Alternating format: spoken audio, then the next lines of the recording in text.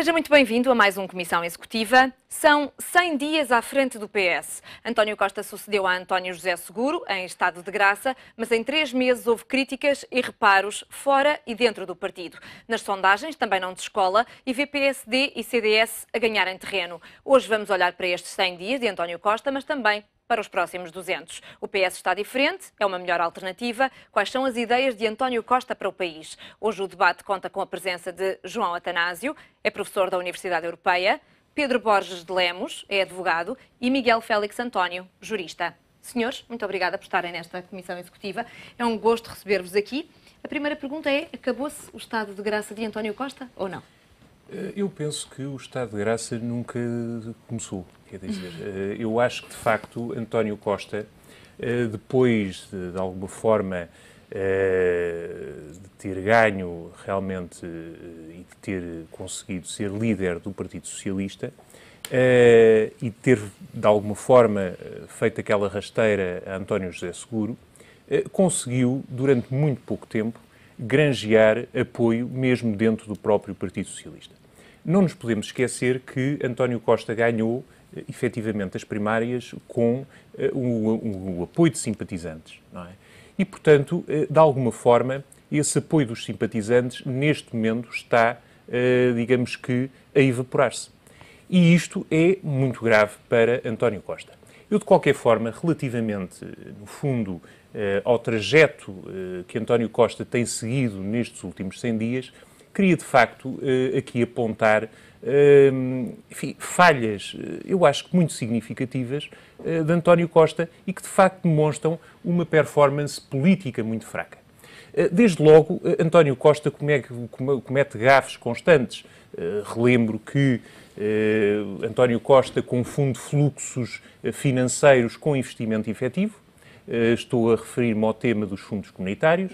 António Costa, enquanto Presidente da Câmara Municipal de Lisboa, diz que não há solução para as inundações. António Costa, relativamente à questão, por exemplo, da TAP e da privatização da TAP, refere que no memorando de entendimento da Troika, em que foi o próprio socialista, de facto, o subscritor, enfim, havia a intenção de privatizar parcialmente a TAP, quando a intenção era a privatização na sua totalidade. Portanto, quer dizer, há aqui, de facto, muitas gafes, demasiadas gafes, para quem quer ser Primeiro-Ministro de Portugal. E António Costa também tem aqui um problema que, na minha opinião, é bastante grave e que se refere ao facto de ter que arranjar uma alternativa e não apenas uma alternância, neste momento, ao governo existente. E isto porquê? Porque, de facto, nós estamos, neste momento, com um crescimento económico, estamos com, digamos que, uma consolidação orçamental a afirmar-se e não há dúvida nenhuma que, não obstante, digamos que, um desemprego ainda em índices altos e uma pobreza nos velhos e nas crianças, não há dúvida nenhuma que o país está melhor. E ele vem afirmá-lo numa das últimas intervenções que faz e que, de facto, tem produzido, de facto, uma celeuma muito grande, dizendo que, de facto, o país está melhor, que houve uma evolução realmente no sentido de melhorar as condições de vida dos portugueses. E isso não deixa de ser, de facto, mais um tiro no pé que António Costa dá, não é? Quer dizer, nós começamos a verificar que António Costa tem aqui problemas muito sérios e, sobretudo, aqueles que se referem à sua própria falta de destreza política, não é?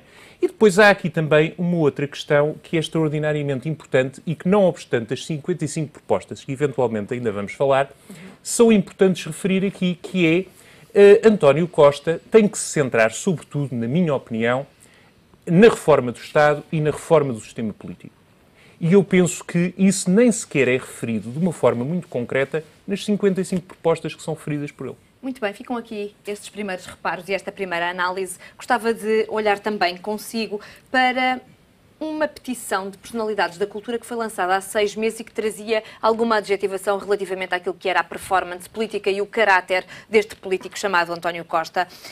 Dizia esta petição que António Costa já provou ter integridade, inteligência, autenticidade, dinamismo, convicção e responsabilidade que o tornam uma referência para todos os que não se resignam a viver num país humilhado e acreditam que é possível restituir a dignidade a Portugal e mobilizar os portugueses. Acha que esta adjetivação ainda está hoje na ordem do dia? Ainda se aplica, António Costa? Bem, para esse conjunto de pessoas que a lançou, eventualmente para a maioria manter-se-á.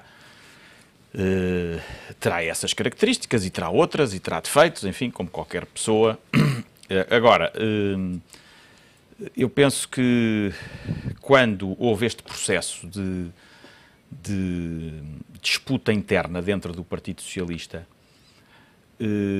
o Dr. António Costa foi um pouco, evidentemente que teria também a sua motivação, mas foi um pouco empurrado por um conjunto de personalidades dentro do partido e também de fora, as pessoas que normalmente estão na órbita do Partido Socialista e outras que, quando lhes cheira a poder, se aproximam de quem acham que vai esfiar o governo e, portanto, não descarto também, naturalmente, que tenha havido essa possibilidade. E, portanto, de certa forma, foi muito empurrado para esta disputa e com uma áurea muito messiânica, que eu tenho uma grande dificuldade em acompanhar estes salvadores da pátria. Não acredita? Não acredito em salvadores da pátria, porque penso que o Partido Socialista e os outros partidos intervêm naquilo que é hoje o jogo político, democrático, nacional e europeu. António Costa não tem uma varinha mágica para resolver os problemas. Aliás, basta olhar para a agenda da liderança socialista, que foi logo um dos primeiros, digamos, documentos que foi apresentado, em que verdadeiramente uma série de coisas se podem, qualquer pessoa de qualquer quadrante político ideológico poderia subscrever, outras são meras proclamações de intenções. Por exemplo, eu vejo, a evolução do IRS deve ser programada até 2020. O que é isto? Enfim, isto não, é uma mão cheia de nada, não é? Reforçar o Serviço Nacional de Saúde. Bem, isso toda a gente diz. Enfim, e, portanto, temos um conjunto de proclamações de valorizar, ponderar, estudar, aprofundar, melhorar. Mas também, enfim, não estou perfeitamente certo de que fosse ainda a altura de apresentar medidas concretas. Aliás, nós também, verdadeiramente, não sabemos quais são as medidas concretas com que tudo indica a coligação se apresentará aos portugueses. Vamos também ver, enfim, podemos ter uma ideia, não é? Por aquilo que foi feito, mas verdadeiramente também não sabemos. Agora, eu penso é que para esse conjunto de pessoas, desse manifesto e de outros, o Dr. António Costa surgiu como a pessoa que ia resolver os problemas todos e de uma forma diferente daquela que o governo PSD-CDS tinha intervindo no espaço público e tinha as medidas que tinha tomado. Mesmo que não, Salvador da Pátria, deixe-me acrescentar que eu acho que aquilo que as pessoas esperavam era uma alternativa, um PS completamente diferente, que não sei se está reformado ou não, na sua opinião. Previam ou desejavam que o Partido Socialista apresentasse uma alternativa às políticas deste governo.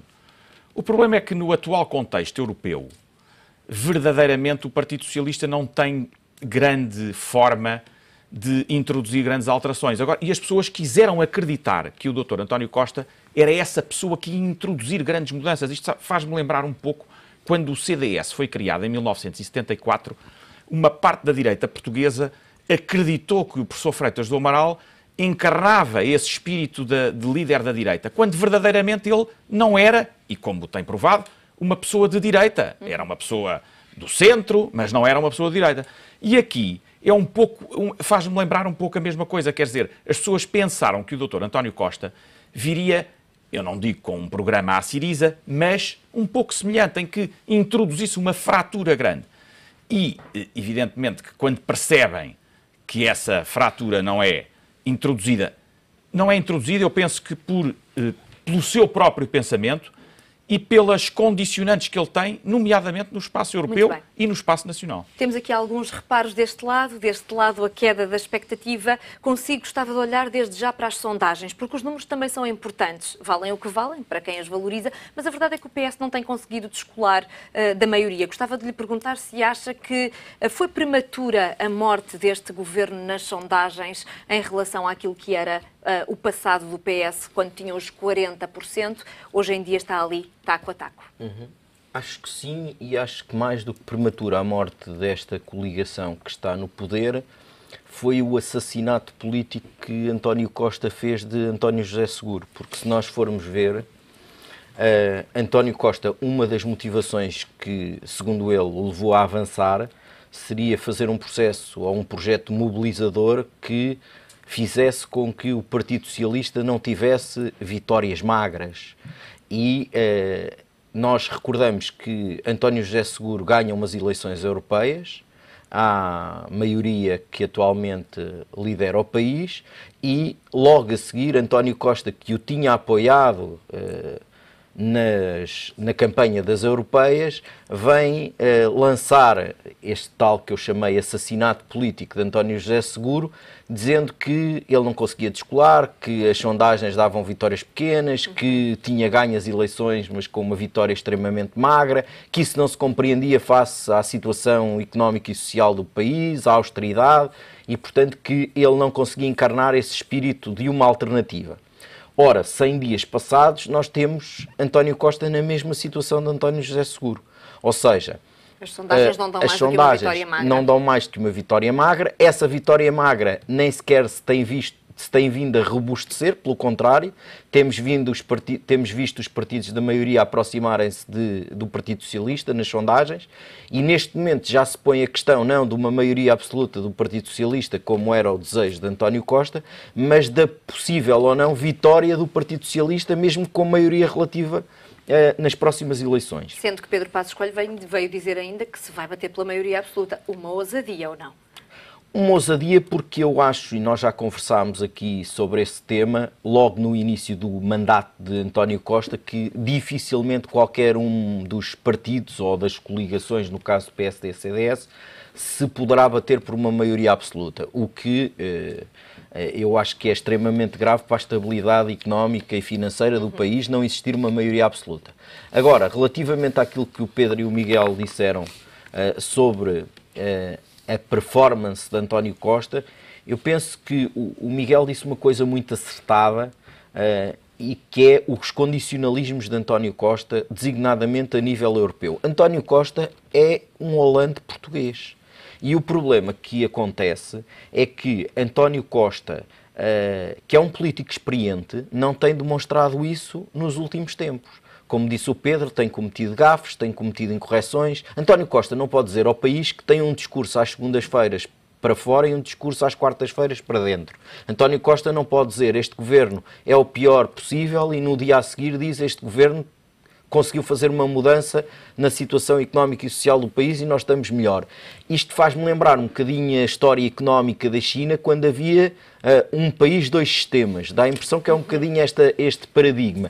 E eu estava a pensar exatamente aquilo que o Miguel acabou por dizer, que é, nós muitas vezes em Portugal temos o hábito de criar mitos sebastiânicos. Portanto, temos a ideia de que há de vir um Dom Sebastião que há de salvar isto. E eu julgo que a esquerda viu em António Costa um pouco de Dom Sebastião que viria trazer uma nova lufada de ar fresco e uma nova junção à esquerda. E eu acho que está muito desiludida hoje em dia. Muito bem. Vamos olhar agora para a estratégia de António Costa, agora entrando dentro de alguns dos pontos e desenvolvendo talvez algumas das vossas ideias. Gostava de lhe perguntar, em primeiro lugar, se a ausência de António Costa do Parlamento tem sido uma carta bem jogada. A ausência de António Costa do Parlamento, eu acho que não tem sido uma carta bem jogada, na medida em que, na minha opinião, um líder da oposição tem que intervir no debate político e tem que o fazer de uma forma efetiva. Ou seja, tem de facto de estar no palco, mas no palco não é estar, como António Costa faz, longe do debate político. E assim é muito mais fácil. De facto, se ele não estiver de peito aberto para as balas, é muito mais fácil, de facto, fazer o discurso político. Mas porque acaba por não ter o contraditório. Intervir significa também desgaste, que é aquilo que António Costa Ouça, não mas quer. um político tem que estar preparado para isso. Antes de ganhar eleições? Antes, durante e depois. Quer dizer, é fundamental para um político abrir o peito às balas. É absolutamente fundamental e eu penso que, às vezes, em Portugal, sobretudo nos últimos anos, isso tem-se diluído um bocadinho, tem-se evaporado um bocadinho. E eu acho que isso tem que ser retomado. Mas, relativamente àquilo que disse o João e o Miguel, eu queria dizer o seguinte. Eu acho que, neste momento, o Partido Socialista está praticamente isolado até na Europa. Nós temos, em França, Manuel Valls, que, inclusivamente, propõe a retirada do nome socialista do PSF. Não é? Temos, em Itália, Renzi, que é um reformista. E temos, em Portugal, realmente, António Costa, que, de facto, continua a seguir uma linha demasiado conservadora. E, na minha opinião, isso não vai funcionar. Não vai funcionar porque, neste momento, e eu já escrevi sobre isso, nós temos uma falência do modelo social-democrata na Europa. Quer os partidos de centro-esquerda, quer os partidos de centro-direita, têm que alterar as suas propostas e os seus programas políticos e ideológicos para realmente conseguir resultados positivos. E nós verificamos, inclusivamente, através das afirmações de Valls, que é muito mais importante o pragmatismo do que a ideologia. E eu considero que aqui António Costa continua muito agarrado à ideologia e menos ao pragmatismo. Aliás, nós não temos... acha que essa é precisamente uma das dificuldades que António Costa tem em mãos? Onde posicionar o PS? Ao centro, onde tem ganhado votos nas últimas eleições, quando foi governo, ou se acha que deve encostá-lo mais à esquerda, mais próximo de um Syriza, mais próximo de um Podemos, que não sabemos se vai ser ou não governo socialista, governo na Europa. Gostava que me tentasse explicar onde é que o PS pode ganhar mais em termos de terreno político. Bom, eu acho que, em primeiro lugar, António Costa tem que organizar o seu raciocínio.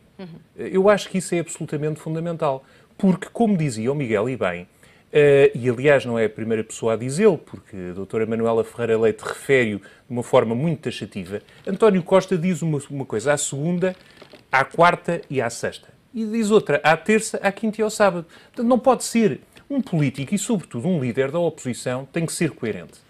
E eu considero que António Costa manipulou o discurso político, não é coerente e tem uma total ausência de sensibilidade política e social. E isso tem-no demonstrado, quer através das afirmações públicas que faz, quer através da sua própria atuação política. Mas isso, normalmente em política, que me está a falar do discurso à segunda e à quarta e à sexta e mudança, é visto como um sinal de inteligência para um político, é o chamado jogo de cintura.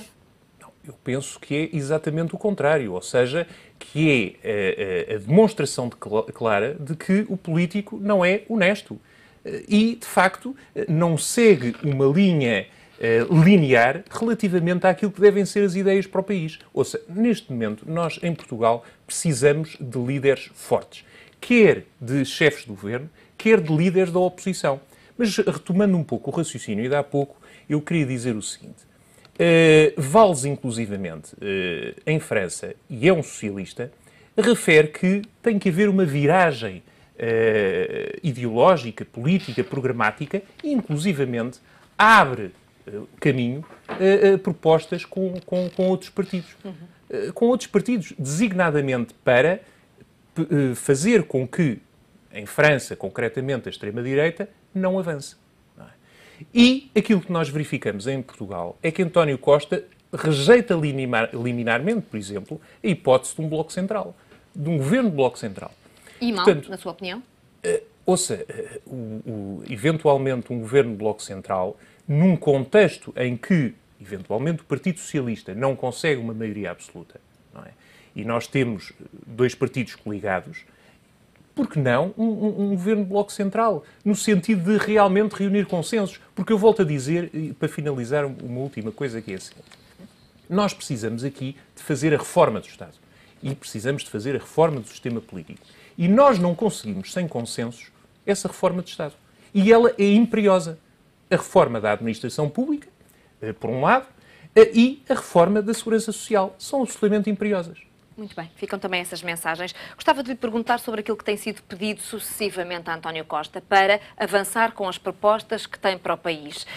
Foi conhecido agora um capítulo daquilo que pode ser o programa do governo do PS com 55 propostas, ainda assim continuam a ser vagas. Aquilo que lhe pergunto é, o facto de António Costa não avançar com algumas ideias significa que não as tenha para o país ou é estratégico? Eu penso que António Costa aposta naquilo que é a ambiguidade. Enfim, outro dia eu ouvi a expressão ambiguidade criativa por parte de Varoufakis e eu acho que ele utiliza a ambiguidade, que é um trunfo de políticos inteligentes, que é para as coisas ficarem um pouco em terreno que não é completamente objetivo e que, portanto, pode dar aso a interpretações diversas de acordo com aquilo que, em cada momento, lhe for mais conveniente politicamente. Repare, o Partido Socialista, e portanto, não é só António Costa, mas enfim, mas o Partido Socialista, no contexto europeu, e eu acho que nós temos que sublinhar bastante aqui a importância do facto de estarmos na União Europeia e no euro, não é? E António Costa sabe-o e disse-o na conferência claro, da The Economist. sabe, e portanto sabe bem, digamos, o que o condiciona. Uhum. E olhando hoje para os países europeus e para os partidos amigos, digamos assim, ou siameses do Partido Socialista na Europa, o que é que nós vemos? Qual é o partido que mais se aproxima em termos programáticos e de ação política do Partido Socialista? É o Podemos, que ainda nem sabemos bem o que é e que está em marcha em formação? Não é, seguramente. É o Syriza? Penso que estamos completamente longe disso. O Syriza será um LIVRE, um bloco de esquerda. O Partido Socialista é um partido que sempre esteve de acordo com os documentos fundamentais que estruturam a arquitetura da União Europeia nas suas várias componentes, incluindo a União Económica e Monetária, o Pacto Orçamental, etc. Portanto, qual é o partido que mais se aproxima do Partido Socialista? Do meu ponto de vista, é o SPD alemão, que, veja bem, está em coligação com a diabólica Angela Merkel na Alemanha. Portanto, o Partido Socialista e os seus dirigentes principais sabem perfeitamente que, se ganharem as eleições, verdadeiramente não poderão fazer muito diferente daquilo que, com algumas tonalidades, isso não tenho dúvida que haverá certamente, mas não poderão fazer de substancialmente diferente no atual quadro em que estão daquilo que este governo fez ou do que eventualmente fará se ganhar as eleições. As diferenças serão muito reduzidas. Então acha que não há cartas na manga para o chão? Acho que o Partido Socialista e o Dr. António Costa estão a gerir estratégica e taticamente até às eleições a forma de as poder ganhar sem um grau de compromisso, até porque também já verificou... Então, mas como é que se ganha eleições se não se apresenta propostas? É esperar que o poder caia, que os outros adversários não façam muito bem? Não, mas propostas... Que errem. Propostas, há uma série de propostas já apresentadas. O que não há é medidas concretas que possam ser mesuráveis. Mas há uma série de coisas. Agora, o Partido Socialista não tem condições para apresentar uma verdadeira alternativa. Eu penso que as pessoas que não querem a política similar à que foi desenvolvida por este governo, de facto, se quiserem uma verdadeira alternativa, têm que votar no Bloco de Esquerda ou no LIVRE. Okay? Não é no Partido Socialista. Repare, o Partido Socialista, eu pergunto, nas Forças Armadas, o Partido Socialista ganha com maioria absoluta. Nós vamos ter uma alteração da política de defesa nacional. Quais são essas alterações que vamos ter? Na política externa vamos ter também alterações. Vamos sair da NATO. Vamos abandonar o euro. No Estado Social não vê grandes diferenças? Não, sinceramente, não vai tornar o quê? Repare, hoje a saúde é gratuita. A saúde pública. Tendencialmente. Tendencialmente e na prática, aliás, há várias medidas que cada vez vão mais nesse sentido. Por exemplo, a eliminação das taxas moderadoras até aos 18 anos, promovida recentemente por este governo, vão mais nesse sentido. Portanto, o que é que o Partido Socialista vai fazer? Na educação. A educação também é, até ao ensino superior, é tendencialmente gratuita. Vai fazer o quê de diferente verdadeiramente este governo? Vai abrir escolas sem ser necessário onde não há alunos? Quer dizer, vai abrir hospitais sem haver essa necessidade e sem se justificar por efeito de escala? Repare, até na política económica, o Dr. António Costa vai convidar, por exemplo, o professor João Ferreira do Amaral para Ministro das Finanças. Porque isso até podia ser um sinal de que queria Como se sabe, o professor João Ferreira do Amaral tem defendido que se devia debater mais seriamente a questão do euro e admite, não é só a reestruturação, e admite que Portugal devia ponderar seriamente uma saída estruturada do euro. O professor João Ferreira do Amaral é do Partido Socialista. Aí podia haver uma diferença de política económica. Mas o Dr. António Costa, se for Primeiro-Ministro, vai convidá-lo para Ministro das Finanças. Portanto, o Dr. António Costa será chefe de um governo que, no essencial, estou convicto, não alterará nada de substancial. Evidentemente que muda o pessoal político. Isso com certeza. E será que isso é importante para os portugueses ou não? Para fecharmos não, isso para os portugueses não é, mas para os partidos é. Acha que não é importante para os portugueses? O que é mudar o pessoal político? Sim. Não acho que seja fundamental. Eu acho que o que é fundamental é que as pessoas... Nem que seja pelo cansaço relativamente a Pedro Passos Coelho e Paulo mas eu Portas. admito que sim, que possa haver essa tentação. O que eu estou a dizer, do meu ponto de vista, acho que isso não é o fundamental, mudar o pessoal político. O que é fundamental é as pessoas acreditarem em determinadas ideias, em princípios, em valores, depois nas ações que são materializadas e, portanto, irem por aí. Agora, evidentemente, faz parte da política e do jogo democrático a mudança de pessoal político também. Já vamos voltar aqui à nossa conversa sobre os 100 dias de governo de António Costa à frente do PS. Vamos, nesta altura, fazer uma curta pausa nesta Comissão Executiva. Volte connosco para a segunda parte desta reunião. Até já.